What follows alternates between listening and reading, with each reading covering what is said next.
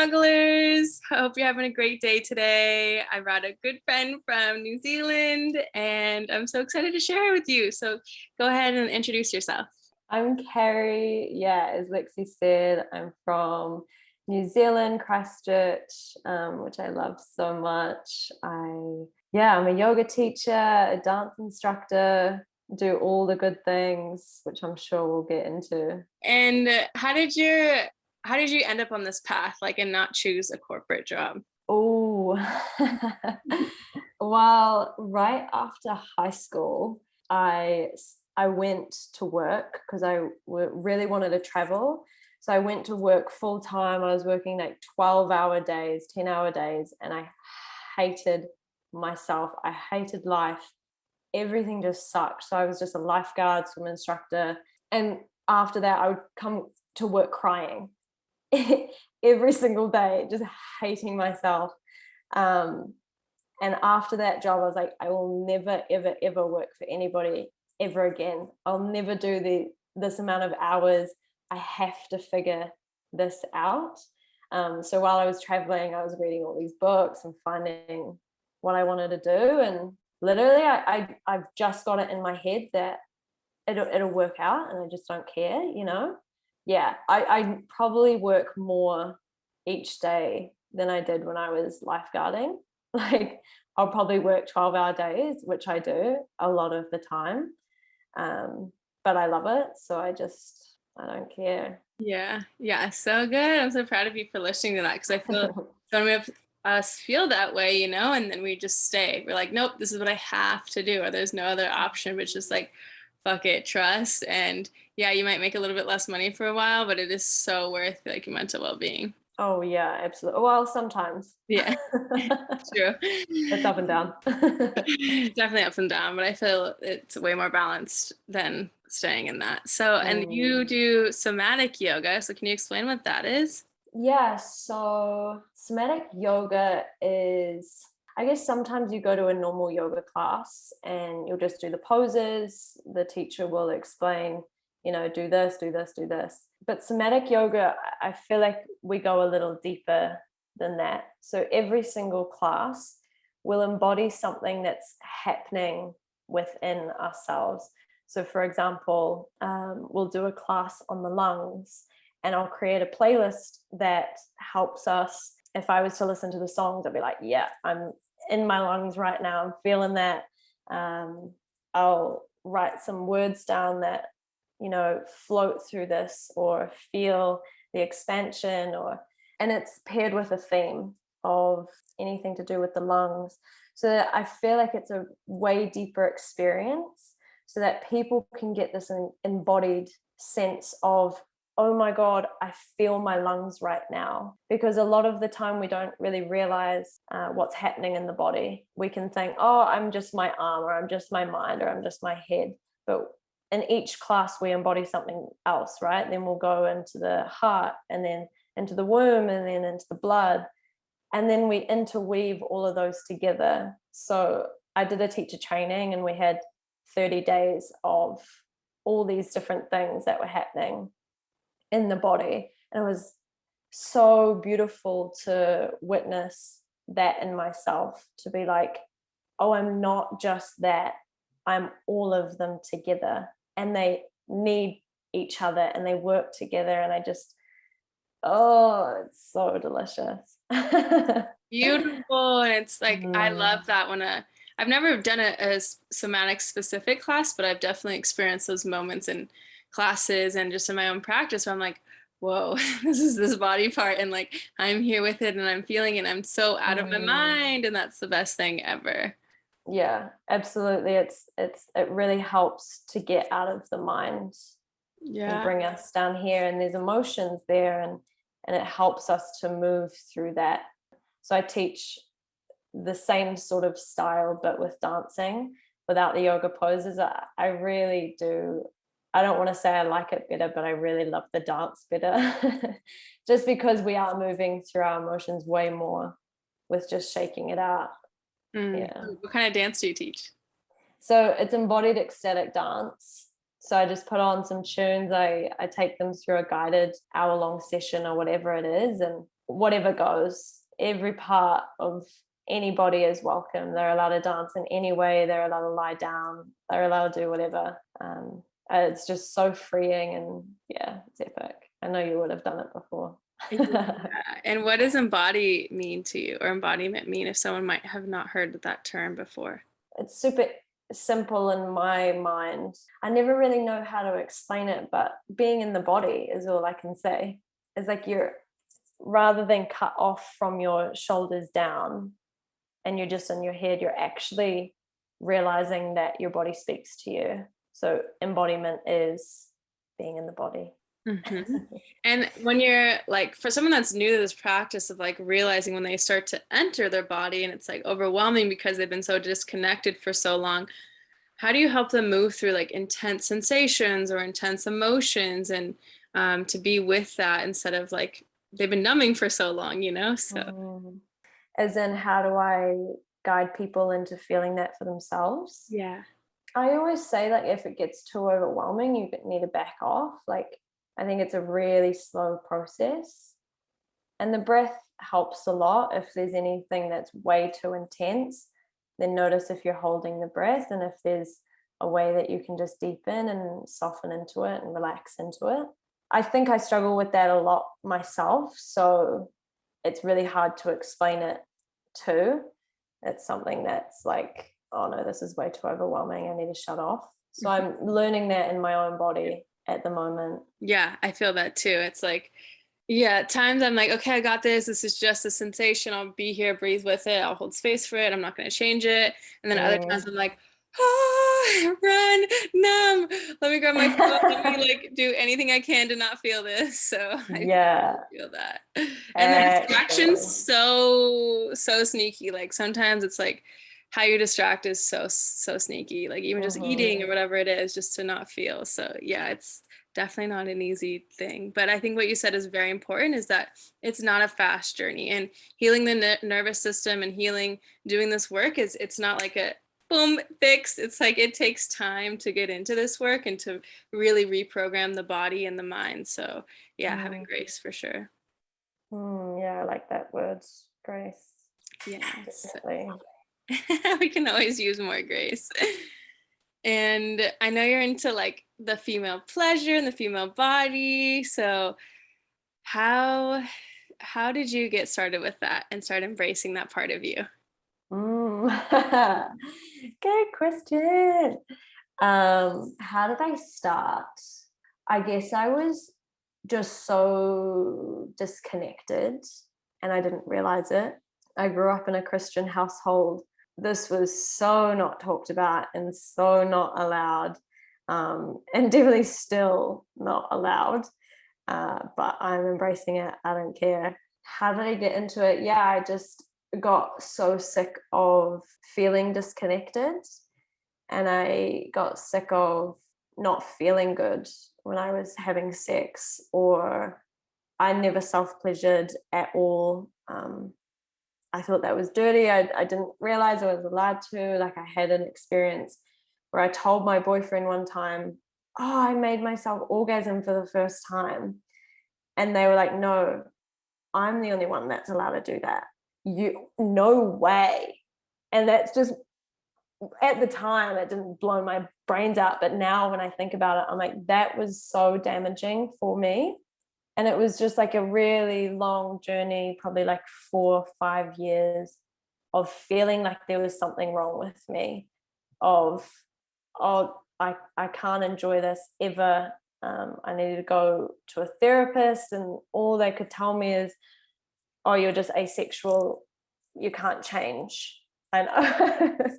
So obviously was damaging, and I could have believed that, but I decided to learn for myself. And again, it was a really slow process of, I discovered a book and then I listened to a podcast, and then it's just a ripple on effect of, then you learn that, and then you learn that, and then you learn that. And then I started, rather than just reading it, actually doing it, doing the practices. I was single for a while, probably like a year, and I just focused on myself. And this was only like last year or the year before, where I just did the work and it was amazing.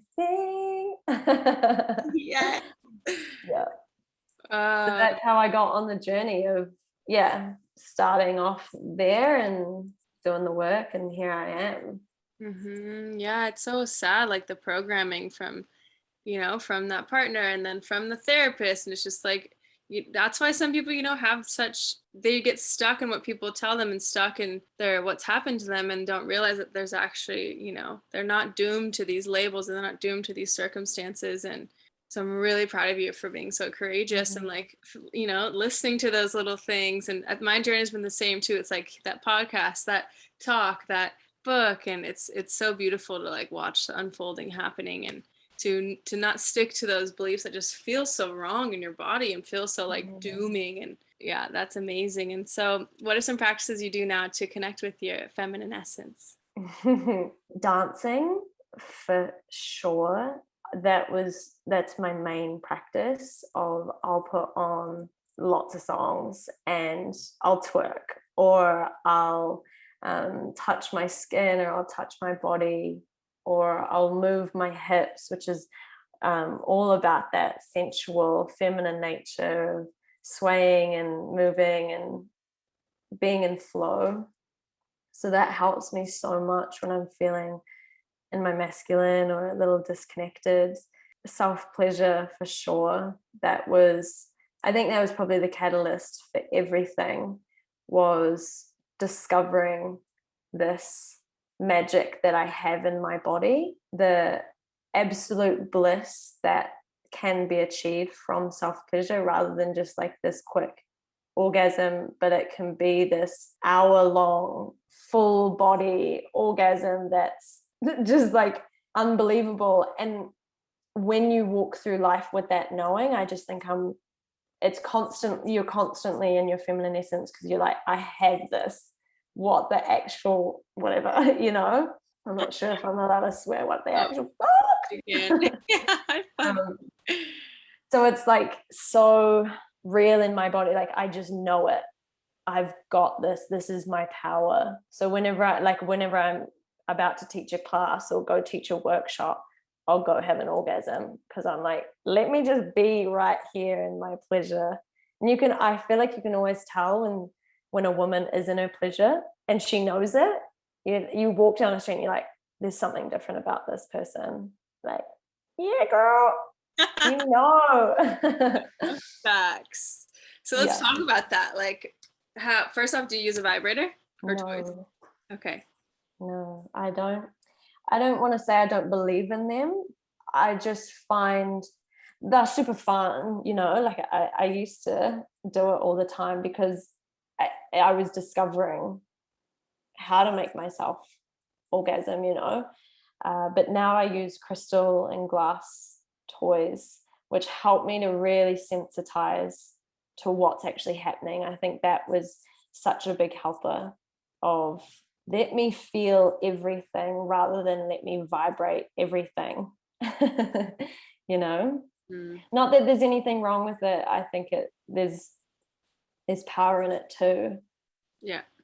Mm. And you said you also shifted, like you make it like an hour long thing. And I find that most of the time, men or women, when we masturbate, it's like, how fast can I get this done? Mm. And so, Yeah, I constantly will do a self pleasure ritual where I set out like 2 hours of my time. And it's not to make myself come, it's to feel my pleasure and feel my body. And it can be a healing as well. Like sometimes I go into it and I cry. Yeah, it's because I think we go way too far. I think, yeah, at most of the time we get taught that it's like this fast and hard thing. But then when are we actually feeling anything? So I really slow it right down. We always enter ourselves way too quickly as well. I always would be like, yeah, I'm ready, let's rock and roll. But actually it takes 20 plus minutes for a woman to be ready to be entered. So if we're self-pleasuring and we go straight in, then that might not feel or have the long-term effects that we want. We want to make ourselves feel really safe. So it's going to take an hour, 2 hours to slowly build up to it. And it doesn't just have to be one orgasm, it can be. as many as you So it like. takes time. And how do you incorporate that with having a partner? So like, how do you create time for yourself to do that, and or what does that look like? Yeah, it definitely, as in prioritizing self-pleasure when I have a partner. Yeah. Phew, yeah, that's a question that I ask myself Yeah. constantly. Is it's always when he's away for some reason. It's I really, really, really want to continue my self-pleasure practice, because whenever I work on myself, the connection that we have afterwards is so beautiful. So I think it's really important to do that. I would always tell him, I'd be like, hey, I really need this time, go away. um, or I have been struggling with that recently. So I just bought myself a new wand, which I've been like looking at for about a year. And I'm like, just do it. It was like $200. I was like, it's worth it, it's worth it, it's worth it. So it's gonna arrive soon and I'm so ready. So Yay. that's how I'm gonna and prioritize it, is that I spend the money. I'm like, you better fucking use it. What one did you get? I think it's called the Rosy Curve from Pleasure Palace. You know, the one with the bowl at the end, and it's like a long, Yeah. because I've got wands that are for like de-armoring or healing, or the sacred squirter, which is just not nice. Yeah. I don't like that one. Anyway, so it's cool. Yeah. Exciting. I only have one. I have a jade one, but there's so many A toys. jade egg No. or a wand. Yeah. Cool. Yeah. That's so fun. I know. And it's becoming so much bigger, so it's so cool to see all the new toys that come out. Oh my God. Hell Mm, yeah. yeah. And with that, I find that like, so when you slow down, you start to realize what you're feeling, and yeah, you're confronted with more emotions. And so how has that been for you? Yeah, I think it definitely, like what you said, it helps me deal with my emotions. I think I was super shut off for a really long time. Yeah, I definitely had a lot of flatmates when I was discovering this, and I would get so worried that they'd hear me like crying or just being in so much emotional state. I just couldn't face them. So it was really, I really needed that safe space to have to let everything out. How's it been? I think it's just been a really beautiful experience to feel what's there, especially when you're going into such a place which has trauma and which has conditioning that we've been told all these different stories, right? So emotion is going to come up. So I'm here for it. Mm. I want it. Yeah, yes. Love Mm. that. And how do you deal with like this part of yourself when like your family members or society is like, that's I don't even know what they say, when people like shame you for being sexual or tapping Mm. into that. Yeah, there's a few different answers here. With my family, I definitely do care about it because they know, because I very much overshare on my Instagram and they're all on my Instagram. So that's embarrassing. Well, not embarrassing. It's just like, this is just me and you're going to have to accept it. And I do share a lot on Instagram. Like sometimes I think, oh my God, I should feel embarrassed for sharing this, or I should feel vulnerable, but it's just not hard at all. I'm really good at letting things out because I really want people to know what's possible. Maybe I just don't think of the consequences. I mean, I think the same, like often nowadays I forget when I'm even being vulnerable because it's just like Mm, we're all human and we all have these things. So how is this even vulnerable? Like it doesn't, I like almost forget because I'm like, this is just so human. So yeah. I feel that. And I don't think that yeah, I don't think it needs to be a bad thing. No, and I think it's so powerful because the messages that you probably get, and I definitely get afterwards, is like, wow, I didn't realize how big that was going to be for somebody and how healing that was going to be for somebody. So that always motivates me to be like, nah, I need to keep sharing. Yeah. So, yeah.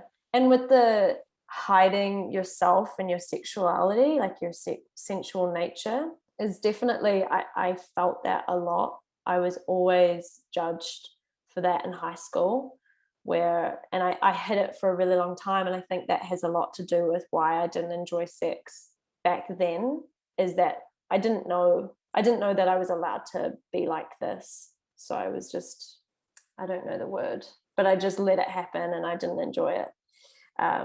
because I was told, you know, it wasn't allowed, or you're way too sexual or flirty. So I hid that for a really long time. But now it's like, I'm a woman and I have so much sexual energy and it's my power, you know, it brings things to me. It makes deep connections. It's fucking epic. Yeah, it's everything.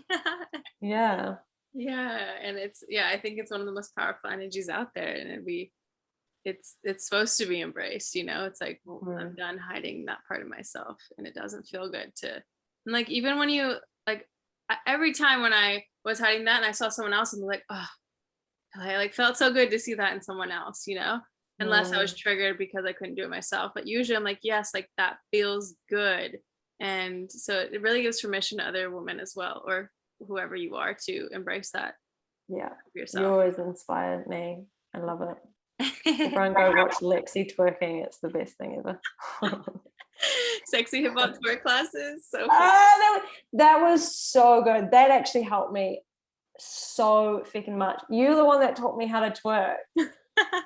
And I teach it to everybody now. I love it. Yay. Ah. So good. Yeah, I cannot believe I did that. I still am like, because I'm not like a professional twerker or whatever, but I just have fun, and like I've taught myself, and it's great. And it's like, you don't need to be perfect at something to like embrace that or teach. And so yeah, Exactly. it's just about having fun. So Oh my um, God, that took me back. a year ago, isn't that crazy? That is so crazy. Ugh, so crazy. And I love that you're teaching that now, and that you are, and that dance, like I really agree with that. Dance is so healing, and especially with motions, like it's energy and motion, like they're supposed to move and flow through us. And so I find it so easy when you get up and shake or you get up and dance, like it's so much easier for the emotion to run through you. Yeah, I love the thing about shaking. I've been doing that this week so much. Hmm. And I did like a lot of releasing classes this week of shaking and sounding and like screaming out. I even did a class where I got completely naked and I was like punching the walls. You know, that's my yoga. That's my movement of, there's so much anger in me right now. What would it be like to move that through my body? So I shake it, I punch out the walls, I stamp my feet, I scream out loud.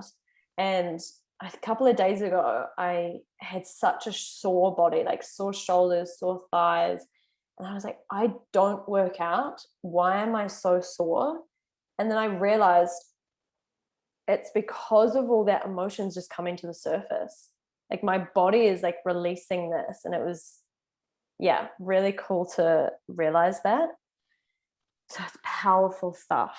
That's a huge thing that I learned too earlier this year, is sacred rage that us women carry. We're not allowed to access it or express it, and the importance of it. Like everyone needs to express every emotion. And also you said sound. So we talk about how sound is good too, because I find a lot of women, and just, you know, whatever in general, are pretty quiet, you know, and don't use their voice, and don't even, like one of my best friend Claire, she's always like, ah, like in public she's always exhaling so loud and doesn't give a fuck. So anyways, yeah, with Fuck.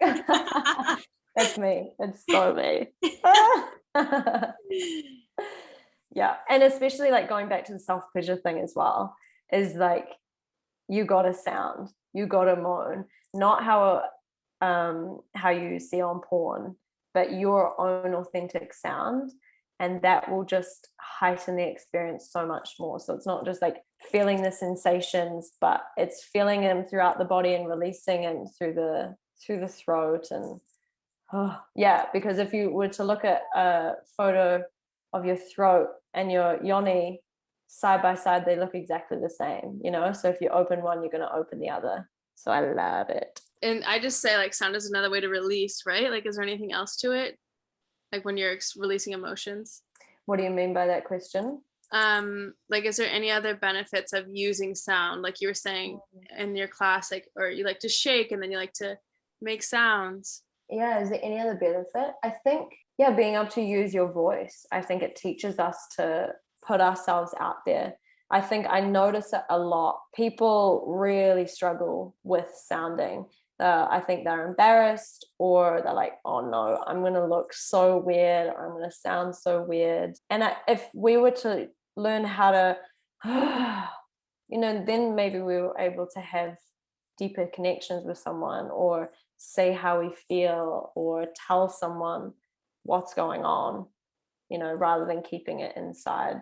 So I think it teaches that a lot. I went on a training and I did not like public speaking at all, like disgusting, absolutely no way. I couldn't really even talk to other people. But the whole training was about sound, like movement and sound. And she'd literally spend days of go stand up in front of everybody and make sound, it was just so uncomfortable. But then as soon as I came back from that training, I was holding workshops and I was able to speak in front of 20, 30 women without feeling shameful, because I learned how to open my throat and make sound. So it's really good stuff. Heart snuggles. Oh, I feel it. Feel snuggles in my heart. That's amazing. I still say that. I don't know, I haven't public speak in a while, but I used to just turn bright red and turn into tomato and not be, like anytime I had to go in front of a class. So yeah, I mean, I've taught yoga and done workshops now, but like actually standing and speaking, I don't know how that would go, but still, like, it is a practice and it is uncomfortable, and it's like really pushing through that is so powerful, because all of our voices are so beautiful. And that's why I love this podcast, is like helping people share more of their voice and helping myself learn how to share my most authentic voice. Yeah, I love this. This is really hard for me right now, but I'm so proud of owning my voice. Thank you for saying yes. I'm convincing everyone. I'm like, just please. I'm like, yeah, it's so good. Yeah, everyone has such beautiful truths. So yeah, I really appreciate it. And last thing I want to touch on is a little harder topic, but how have you been handling your dad being terminally ill? Yeah, it's definitely up and down all the time. He's been sick for probably like 2 years now. So sometimes I just forget. And I think that's just my response, or my trauma response of, this ain't happening. I don't know what you're talking about, Yeah, I don't know. There's just so much there. And sometimes I remember and it's just too much grief, It's just so painful to watch someone that you love die and be so confronted. I've never known anybody in my life to die. I've never known anyone close to me. I thought my life was perfect. I thought nothing like that was going to happen, and then this happened. So slowly seeing the person that you love change, and sometimes I really just have to step into the empathy and put myself in his shoes. I think it's such a beautiful way to grow in myself, is fuck, we're all gonna die. He's teaching me so many lessons of having hard conversations that I should have had years ago, and talking to him about things, feeling my emotions, or else it's going to get so stuck in my body, it's ridiculous.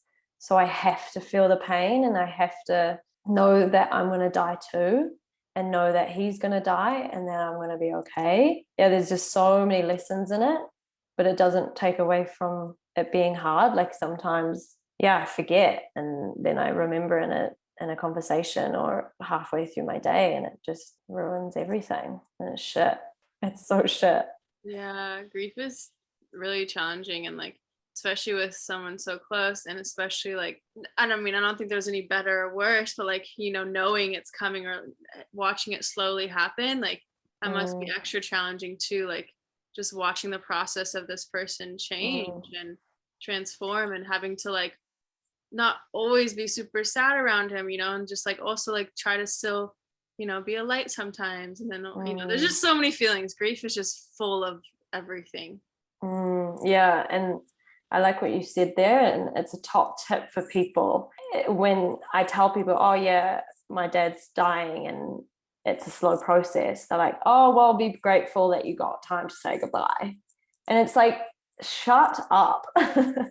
Like, you seeing someone slowly disintegrating, that now he can't do anything. Like he's not able to talk as much anymore, and that will slowly stop, you know, and he can't do anything. Watching that, I don't want to say that the other one isn't hard, because I think that equally is hard, but it is very challenging, you know. So don't say that to me if you know me. Or just anyone, probably, you know, it's like, Mm, yeah, it's because we're uneducated on how to hold space for people, and it's just what people think is best, you know, like they just don't know what else to say, because it's like, fuck, this is so uncomfortable for me to hear, you know, like, so it's just yeah. about not being educated on communication around grief. And like you were saying too, you're just, this is the first time you realize, like, fuck, I have to accept death. And Mm, we're taught to avoid death as a society, and I think it's a huge, massive problem, very, mm. very big. And so yeah, there definitely needs to be more education around that. And how has it been with your family? Like, are people depending on you to like hold it together, or has it been like okay, or are you held by other family members? Yeah, I think we're just a really close family, so we're super open and chat about it. And I feel like I don't really have to hold anybody. I don't really take that role. I sometimes wish that my sisters would talk about it more. I think that's really important to me because we're doing it together. But I also know that I can't make them feel, if they're going to be shut down from it, then it's not my problem, and it's their journey, and I just have to let them do it.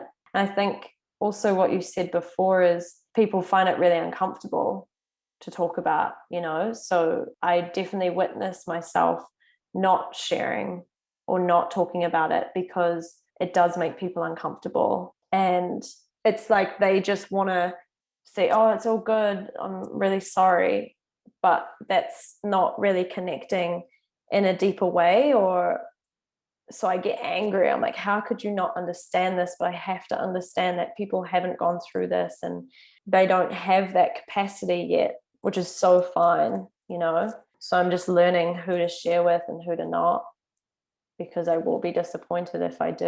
And yeah. Yeah, that's a really tough part, that like that feeling when you share with someone, they just like don't get it and don't hold the space for you, and then you're just like, ugh. You're like, I feel even Mm. worse now, even though this is like Yeah. hard for me to say. So in those Mm. circumstances, what would you like someone to say to you, or how? Yeah.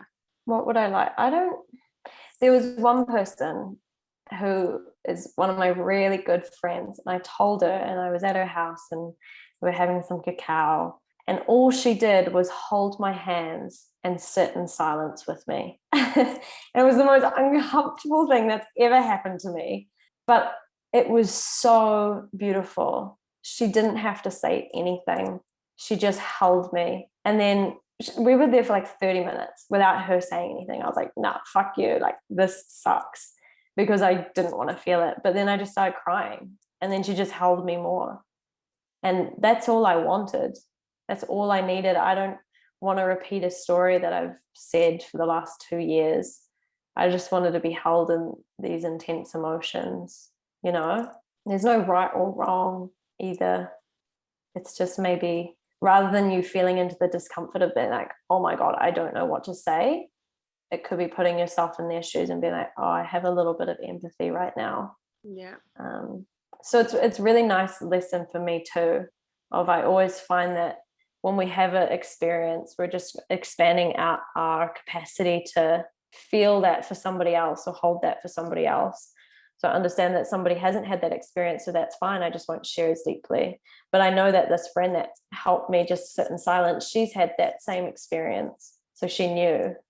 You don't have to say anything, just feel it with me. Yeah. Yeah, I think that's also the best thing ever. And oftentimes you don't want to hear anything. You just want someone to literally, like you said, just be there. And Mm. you don't want someone to fix it. No one can fix it. So it's like, Mm. yeah, just that simple act. I'm so happy you had that friend and had that Mm. experience. And now you know what to do when someone presents that to you. And so, like you said, it's just, it's so many things at once. But like, yes, that is one of the good things that comes from it, is being able to give that gift back to someone else. Mm. Definitely. Hmm. Oh. I'm feeling it again. I'm gonna go cry. All good. You're so okay, well, thank you so much for being here and opening up and being vulnerable. And if someone were to want to work with you or experience you more, what are you offering and how can they find you? Well, you're from US, so I only do in-person There's people things at all the over the world moment. that listen. You never know. I think the main thing would be just to follow me on Instagram, Solar Living. Soul as in you got a soul, SOULAR living.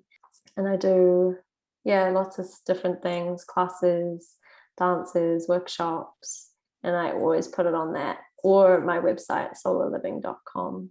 And where are All you the good located? stuff. In Christchurch, New Zealand. Everybody fly over, do the quarantine. Highly recommend though, honestly. New Zealand's one of the best places in the world, so you wouldn't be. The best. Yeah. Thank you so much for being here. It means a lot to me. Thank you so much, Lexi. You're the bomb.